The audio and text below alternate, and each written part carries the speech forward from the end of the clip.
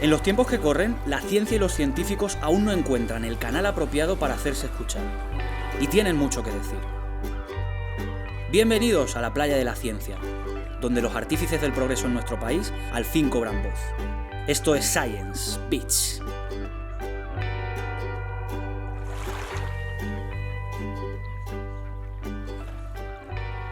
Decía Lovecraft que el miedo más antiguo y más fuerte es el miedo a lo desconocido, y precisamente hoy Jan Millán nos permitirá conocer más de cerca la física y la energía nuclear, y a separar el grano de la paja, el peligro real, del mito. Y a partir de ahí decidiremos si temerla o no. Manchega por parte de padre y murciana por parte de madre, nació y creció en Albacete, aunque vivió también 7 años en Murcia, su segunda casa. De hecho, estudió física en su universidad y tan pronto comenzó la carrera, empezó a participar en actividades de divulgación científica, tarea que no ha abandonado. Fue entonces cuando surgió su interés por la física nuclear y las aplicaciones de esta. Realizó su trabajo de fin de grado sobre el accidente nuclear de Fukushima, para más tarde completar un máster de física de radiaciones y tecnología nuclear en Granada, llevando a cabo su trabajo final de máster en el Servicio de Radiofísica y Protección Radiológica del Hospital PTS del Campus de la Salud de Granada, relacionado con la radioterapia y el cáncer de mama. Actualmente lleva a cabo su doctorado en Sevilla, adscrita al Departamento de Física Atómica, Molecular y Nuclear de la Universidad de Sevilla y a la Unidad de Física Nuclear Básica del Centro Nacional de Aceleradores. Su tesis se centra en la producción de neutrones mediante láseres de alta potencia y su uso en experimentos de física nuclear dentro del proyecto Neutandalus. Janje nos resolverá las dudas y los temores, en muchos casos infundados, que rodean a su área de estudio. Esperamos que disfruten de la entrevista y que, si es así, apoyen a los jóvenes científicos suscribiéndose a nuestro canal de forma gratuita o colaborando con nosotros a través del link que pueden encontrar en la descripción. Pues bienvenida, Janje, a la playa de la ciencia. Tenía muchas ganas de charlar contigo. Y lo primero que quería preguntarte es cómo se han ido dando las circunstancias para que termines dentro de un área como es la energía y la física nuclear. Bueno, buenos días, Diego. Muchas gracias por invitarme, lo primero, que hace mucha ilusión. Y la verdad es que han sido como un montón de casualidades que se han ido dando, porque yo cuando empecé a estudiar no pensaba, o sea, no era mi objetivo acabar aquí inicialmente. Yo al principio, cuando entré en física, pues yo hice física en la Universidad de Murcia, yo quería hacer astrofísica. Además, empezó por la peli de Armageddon. A mí me apetecía predecir si iba a colisionar algún satélite con la Tierra o algo así. Y la verdad es que yo tenía una imagen de la física nuclear en su momento muy negativa. O sea, yo era siempre... Me gusta mucho la ecología y esas cosas. Y lo que lees siempre en estos ambientes es que la energía nuclear es muy mala, la contaminación... Y era un poco la imagen que yo tenía. Y una vez, ya en tercero de carrera, tuve una asignatura que era energía y medio ambiente. Y había un profesor que en ese momento, de hecho, era un estudiante de doctorado. Era el año que leía la tesis, que vino a darnos unas clases y habló de la energía nuclear. Y dijo una frase que a mí me marcó mucho en ese momento porque el profesor es Juan José Gómez Navarro, que ahora mismo está en la Universidad de Murcia también trabajando, y dijo una frase que era que la física nuclear hay que respetarla desde el conocimiento, pero no temerla desde la ignorancia. La verdad es que a mí esa frase me marcó mucho, porque yo no quería ser esas personas que tuviesen miedos infundados o hablar desde la ignorancia, y dije, bueno, pues voy a documentarme, voy a saber de lo que estoy hablando antes de criticarlo. Y mi sorpresa fue que conforme fui indagando, lo que me fui enamorando de la física nuclear. Y he acabado, aparte de defendiéndola, con ciertos matices, pues haciendo que sea mi carrera y mi vida. Y luego ya ha sido ir dando pasitos persiguiendo ese objetivo. Fenomenal. Bueno, voy a abrir un melón y voy a sacar un tema que igual estás harta de que te lo saquen en estos días, porque sabes que HBO ha lanzado una serie que ha despertado muchísimos comentarios sobre el accidente que sucedió hace unos años en Chernóbil. Quería preguntarte, por un lado, por la opinión que tienes tú acerca de la serie, pero también relacionarlo con tu trabajo de fin de grado, que de hecho lo realizaste acerca del accidente que sucedió, en este caso en la central de Fukushima. Cuéntanos un poco acerca de estas cuestiones. Pues sí, la verdad es que es un tema del que me hablan mucho en general y me preguntan mucho. Cuando empecé la serie me daba un poquito de miedo a la serie, porque siempre que me han dicho, mira, hay un reportaje sobre Chernóbil o mira lo que acabo de leer sobre Chernóbil, normalmente suelen ser barbaridades. O sea, suele haber muchísimo mito circulando, mucho desconocimiento cuando se publican los temas. Y cogí la serie con un poquito de miedo, en plan, temiendo que fuese o muy centrada en qué malísima es la energía nuclear, o exagerando mucho todo lo que ocurría, pero lo cierto es que no. O sea, la serie es muy, muy, muy veraz, y la verdad no he necesitado darle dramatismo porque la situación fue muy dramática. O sea, fue un accidente muy serio, pero lo han tratado con mucho respeto y enfocando, yo creo, muy bien dónde estuvo el problema, que fue más bien un problema de gestión y de, bueno, mentiras, engaños, muchos errores humanos, una cadena de errores humanos y de malas decisiones, y no tanto en sí que la central fuese una central nuclear. La verdad es que eso lo hacen muy bien. Todo lo que he visto que hacen de tema científico lo tratan muy bien y lo explican. Sí, muy bien explicado, sobre Muy todo, bien. ¿verdad? La verdad es que una escena en la que el científico explica cómo funciona un reactor nuclear, Sí. no sé si esa conversación se dio, supongo que no, pero sirve para que el público lo entienda y me parece una explicación brillante. Y la escena de las tarjetitas, no digo más por si acaso, es brillante, es una escena muy buena, así que a nivel científico, ya el tema legal a lo mejor ahí no me puedo entrar, pero a nivel científico yo no le pongo ninguna pega a la serie, me ha gustado mucho, además la he disfrutado. Sí que es verdad que el tema con Fukushima fue totalmente diferente y es algo que poca gente sabe.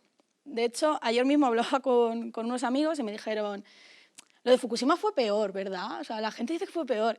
No tuvieron nada que ver un accidente con el otro. Y el problema creo que está en que los dos se hayan declarado en la escala de accidentes nucleares, los dos tienen el máximo, que es el INES 7. Pero son accidentes que ni por consecuencias ni por origen tienen nada que ver. O sea, son accidentes diferentes y la gente le tiene mucho miedo por... Fukushima tiene el INES 7, igual que Chernóbil. Estás haciendo una comparación un poquito peligrosa en ese aspecto. El de Fukushima fue un accidente natural, o sea, producido por un terremoto. En realidad, en Fukushima la instalación estaba preparada, cuando se hicieron los sistemas de seguridad, se hizo pensando ya en que es una zona sísmica, en que pueden ocurrir terremotos y pueden ocurrir tsunamis. Se habían hecho en base a modelos meteorológicos, tenían un muro de contención para tsunamis, estaba preparada y sobredimensionada para las catástrofes que podían, una catástrofe natural de ese tipo. Tenían hecho un muro de contención para tsunamis de 6 metros. La central, cuando llegó el terremoto, aguantó perfectamente, todos los reactores entraron en parada y funcionó la situación de emergencia del terremoto, la suplió muy bien. El problema fue el tsunami que llegó 40 minutos después. El tsunami fueron 15 metros de ola al llegar a la costa. 9 metros por encima. Claro, entonces realmente el tsunami superó las expectativas, pero incluso para los modelos meteorológicos jamás se había dado un tsunami de esas características. Lo triste es que habían hecho modelos actualizados con nuevos datos y habían predicho que podía ocurrir un tsunami parecido o más grande de lo que era la contención, y Fukushima tenía proyectado una ampliación del muro. Lo que pasa es que la realidad llegó antes. No llegaron a tiempo. Ellos estaban ya previendo que la central, que igual se podía quedar ese muro pequeño con las nuevas mediciones, porque en una central no la instalas en unas condiciones y ya está, y te olvidas. Todo el tiempo se van actualizando modelos de dispersión de contaminantes, modelos geológicos, modelos atmosféricos, y siempre vas haciéndole mejoras. Y si sale un modelo más preciso, en base a ese modelo se actualiza todo el sistema. Y lo que pasa, el problema de Fukushima es que no llegó a tiempo a hacer esa reforma del muro, que era la que hubiese evitado el tsunami. Y al final, bueno, pues fue el tsunami el que provocó el accidente. Llegó a zonas inundables de la central y produjo los daños, pero no tiene nada que ver. Y luego las consecuencias radiológicas son totalmente distintas en los dos accidentes. En Chernóbil sí que hubo...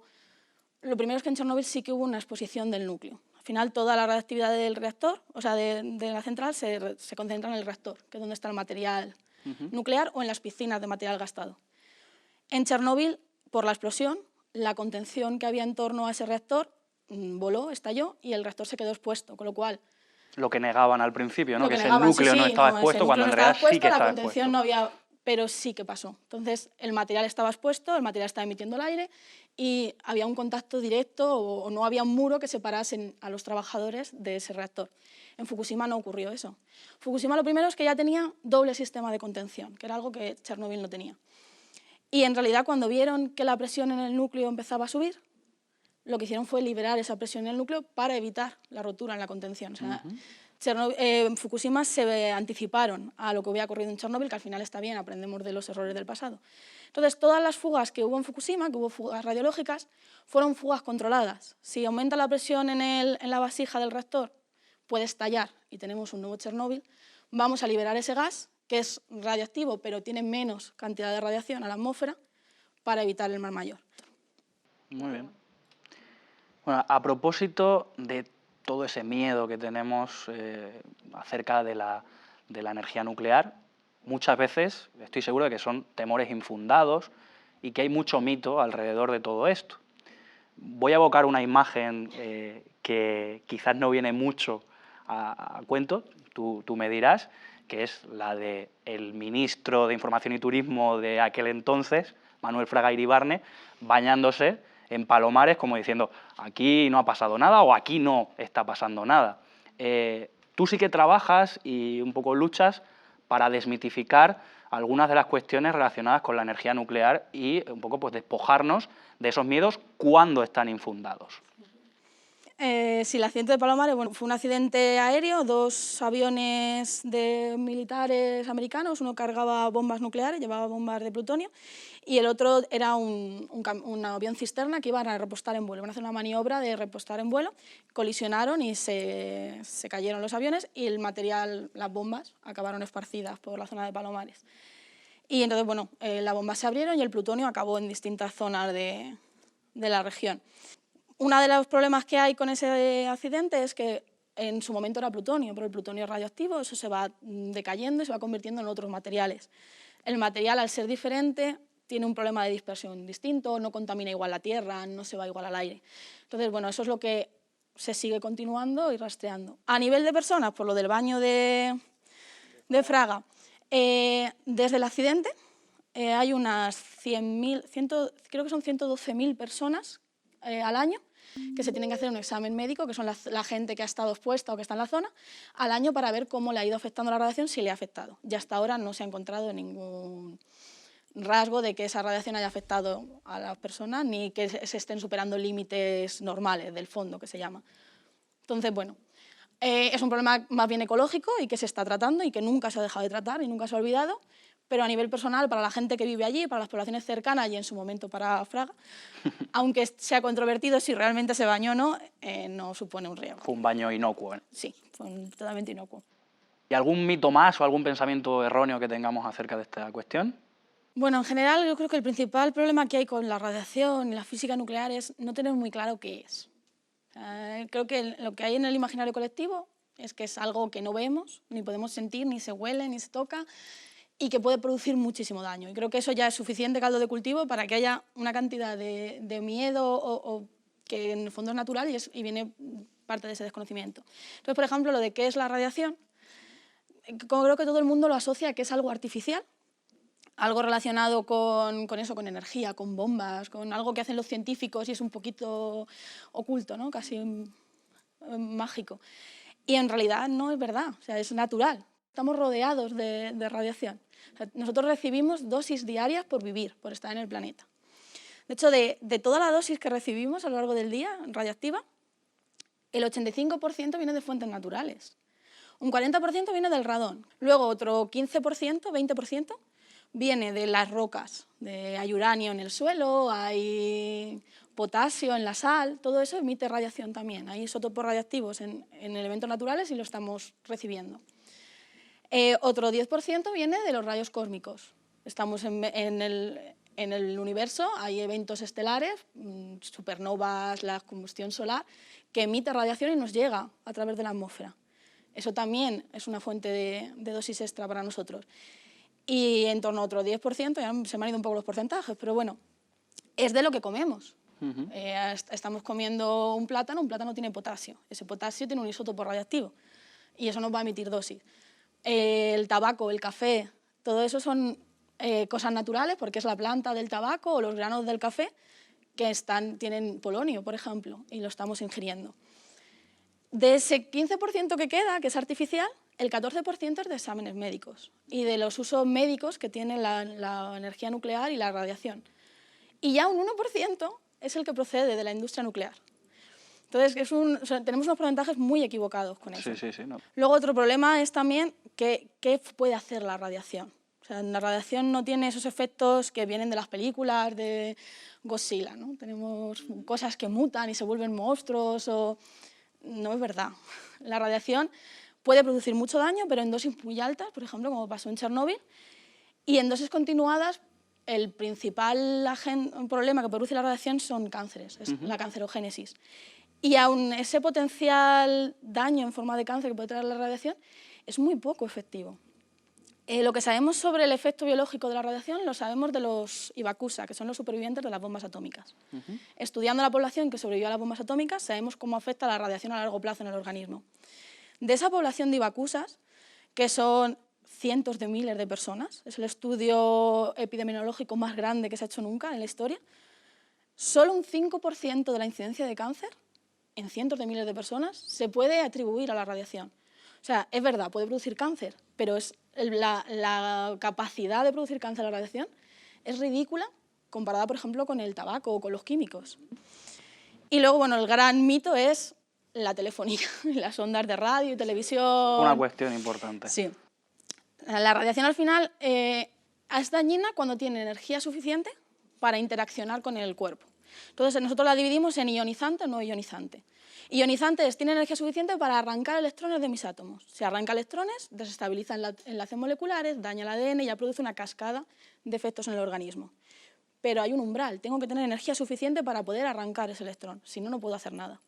Bueno, pues ese umbral de energía ionizante, cuando hablamos de ondas del espectro electromagnético, se establece en los ultravioleta.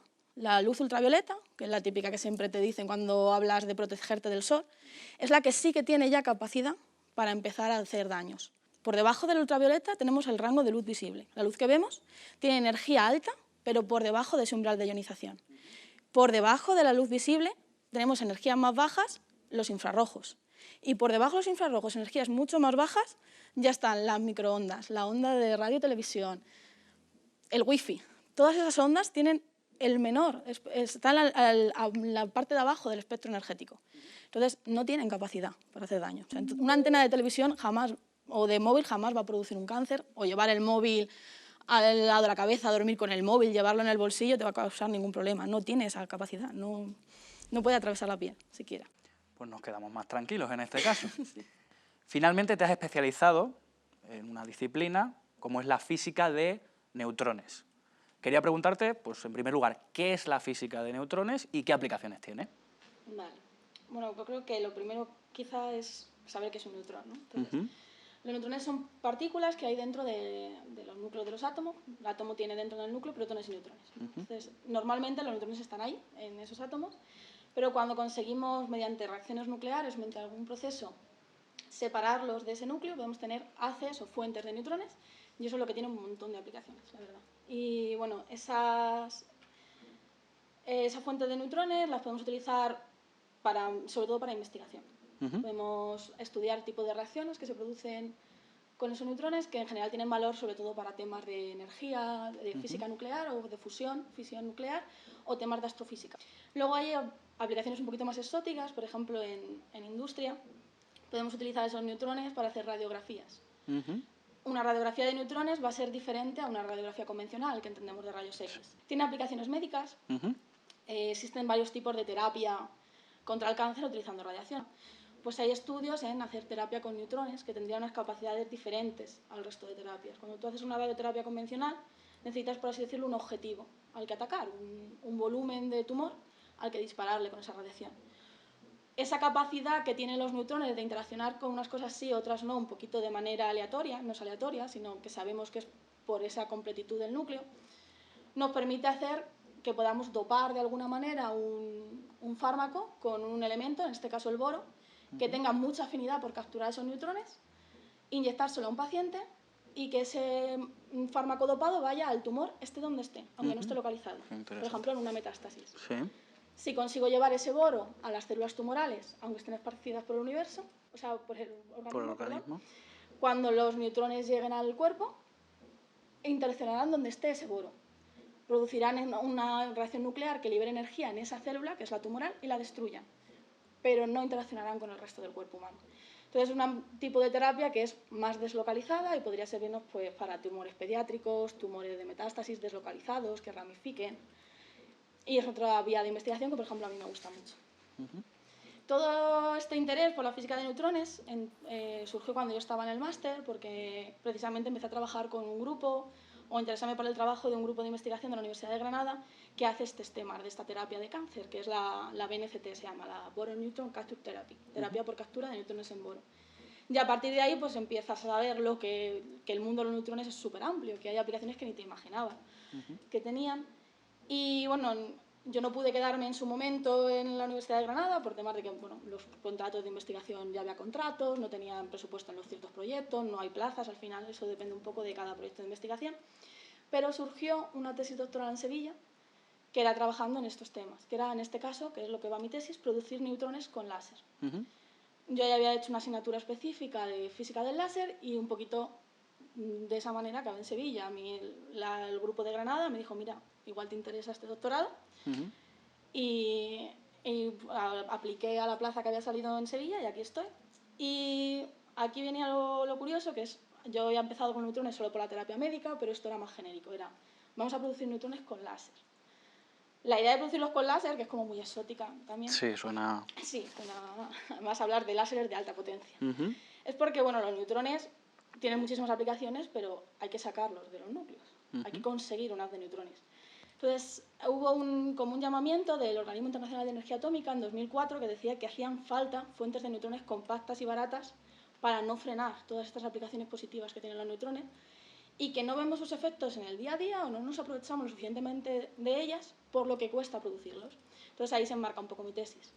La idea es utilizar láseres, tanto nacionales, por ejemplo los que hay en Salamanca o en la Universidad de Santiago de Compostela, como europeos. Estamos trabajando con un grupo en París que van a hacer un láser de alta energía, Apollon se llama, y la idea es eso, probar primero cómo producir esos neutrones en un láser, qué características tienen, si van acompañados de una radiación secundaria, cómo trabajar con ellos, a efectos de condensación radiológica no es igual que en un reactor. Y una vez que tengamos respuestas a esas preguntas, pues ya es diseñar la ingeniería suficiente para poder llevártelo a diferentes centros o sea, ya adaptarlo según la aplicación que le quieras dar. Bueno, hace tiempo le preguntábamos a otro físico, en este caso físico teórico, a Javier Coronado, acerca de la cuestión de género en física como disciplina, también en la ciencia en general, pero sobre todo en física como disciplina. Y alguno pues hizo el comentario, yo creo bastante acertado, de, bueno, ¿y por qué no le hacéis esta pregunta a una mujer física? Pues hoy tenemos la oportunidad de preguntarte a ti, Yanje, acerca del tema y acerca de tu opinión al respecto, también en tu situación particular que habrás vivido. Pues la verdad es que bueno, vi la entrevista de Javier Coronado y me llamó la atención que nuestras experiencias han sido un poquito diferentes. Él comentaba que él había empezado con muchas mujeres en su entorno al empezar la carrera, en los niveles más bajos de la formación, y que conforme había ido avanzando el doctorado a nivel de postdoc, cada vez iba habiendo menos mujeres en su entorno. En mi caso ha sido un poquito al revés. Entonces, a mi entorno, ahora mismo en grados más avanzados, es cuando más mujeres veo. También es verdad que yo me he decantado, y no sé hasta qué punto tiene que ver, por un entorno en el que hay mucha aplicación médica. Y no sé si eso también está influyendo en que haya más mujeres en mi entorno. El que sea una aplicación más sanitaria que por alguna razón llama también más. Sí que estoy de acuerdo, como decía él, en que cuando ya hablas de profesores titulares, de catedráticos, cargos en la universidad, hay menos mujeres. Pero también pones a pensar, y son mujeres que pueden tener ahora 60, 70 años, que se han educado o se han formado en una época en la que sí que era complicado.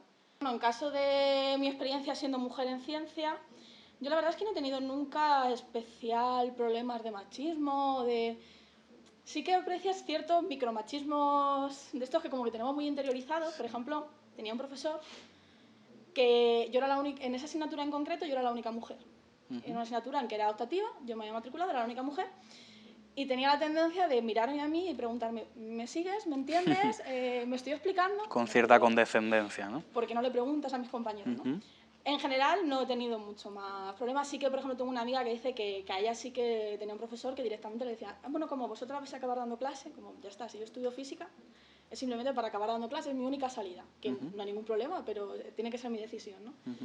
Sí he notado más un cierto estereotipo de qué tipo de mujeres estudian ciencia, ¿no? Por ejemplo, a mí me gusta arreglarme, me gusta maquillarme, y sí que me ha pasado de, cuando llegué, estuve de estancia en el CER, que me dijeran, ay, es que si las mujeres así en las arregladas, cuando van arregladas, todo el mundo piensa que es de administración o una secretaria. Y dices, vale, o sea, ese la mujer estereotipo. científica tenemos la imagen de Big Bang Theory, ¿no? De Amy Farrah Fowler o de una mujer o más masculina o menos arreglada, más... No hay ningún problema. O sea, no al final, tiene por qué ser así. Cada uno tiene su estilo independientemente de...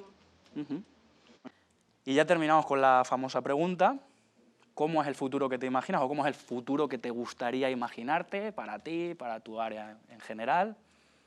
Pues la verdad es que, bueno, yo aquí tengo como dos futuros, uno pensando en la divulgación y otro pensando en la carrera científica. Sí. Por un lado, en la carrera científica me gustaría que todo este trabajo que estoy haciendo ahora, verlo realmente aplicado, porque al final siempre pasa como mucho tiempo entre que tú estás empezando a hacer estos primeros avances o estos primeros estudios hasta que esa realidad se materializa y realmente da resultados. A mí me gustaría, aunque al final es una cuestión de, no sé, de cómo avance todo, me gustaría llegar a ver que lo que estoy estudiando ahora o lo que estudie dentro de unos años va a tener una aplicación real y saber que hay gente que se está beneficiando directamente de ello. Eso es algo que me gustaría. A nivel de divulgación, me suscribo al sueño de Elena Campos. Me gustaría que hubiese un tratamiento mucho más cercano, sobre todo pensando en el daño que hace una mala divulgación a mi campo. El que hubiese esa interacción un poco más cercana y que todo lo que envuelve mi trabajo no sea tan opaco al público en general, eso sí que me gustaría también. El que alguien me dijera un día, como me pasa a mí con Juanjo, gracias a ti veo esto de otra manera o por esto que has comentado, por esto que he leído, ahora pienso distinto. Diferente. En torno a la física nuclear o ya no tengo miedo a este tema. Eso sí me gustaría también escucharlo alguna vez. Pues secundo esos dos sueños, a por ellos, y muchísimas gracias por estar hoy con nosotros en la Playa de la Ciencia. Gracias. Guiados por Yanje, nos hemos asomado al mundo de la física nuclear. Un mundo que conocemos por eventos célebres, como los accidentes de Chernóbil o Fukushima, que hemos visto que poco tienen que ver entre ellos, o por el baño de Fraga en Palomares. Y muchas veces por bulos sensacionalistas, como que la energía nuclear es principalmente artificial o que sus efectos, independientemente de las condiciones, son devastadores. No es cierto, la mayor parte de la energía nuclear proviene de fuentes naturales y podemos estar tranquilos, el móvil en el bolsillo no va a provocarnos cáncer. Lo que sí parece real es el potencial que esconden los estudios alrededor de la física de neutrones. De ahí la importancia de conseguir una fuente asequible para producirlos, como podría ser el láser. Así, podríamos llevarlos a la práctica en radiografías diferentes de las convencionales, en el tratamiento de tipos específicos de cáncer o en la propia investigación. Todo un reto que Yanje encara con optimismo y con muchas ganas.